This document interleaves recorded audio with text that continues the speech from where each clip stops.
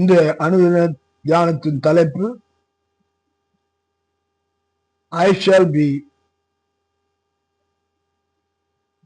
safe.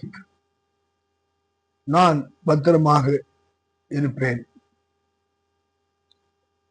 சங்கீதக்காரன் சங்கீதத்திலே 119 சங்கீதம் 117 வசனத்திலே இப்படியாக சொல்லுகிறார், என்னை ஆதரித்தருளும் அப்பொழுது நான் ரட்சிக்கப்பட்டு எக்காலமும் உம்முடைய பிரமாணங்களின் பேரிலே நோக்கமாயிருப்பேன்.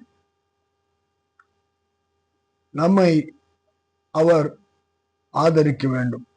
ஆங்கிலத்திலே சொல்ல வேண்டும் என்றால், uphold me Lord, I shall be safe. நாம் அவருடைய ஆதரவு இல்லாமல் நம்முடைய வாழ்க்கையிலே நிதானமாய் வாழ முடியாது. நம்முடைய வாழ்க்கை சிறப்பாக அமைவதற்கு, தகுதியாக அமைவதற்கு அவர் நம்மை ஆதரிக்க வேண்டியவராய், அவரிடத்திலே நாம் நம்மை கொடுக்க வேண்டியவர்களாய் இருக்கிறோம். அது நமக்கு ஒவ்வொரு பகுதியிலும் விடுதலை கொடுக்கிறது. நாம் என்ன செய்தாலும் அதிலே வெற்றியை பெறுகிறோம்.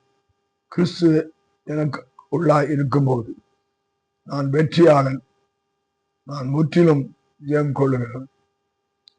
உம்முடைய பிரமாணங்களின் பேரில் நோக்கமாயிருப்பேன்.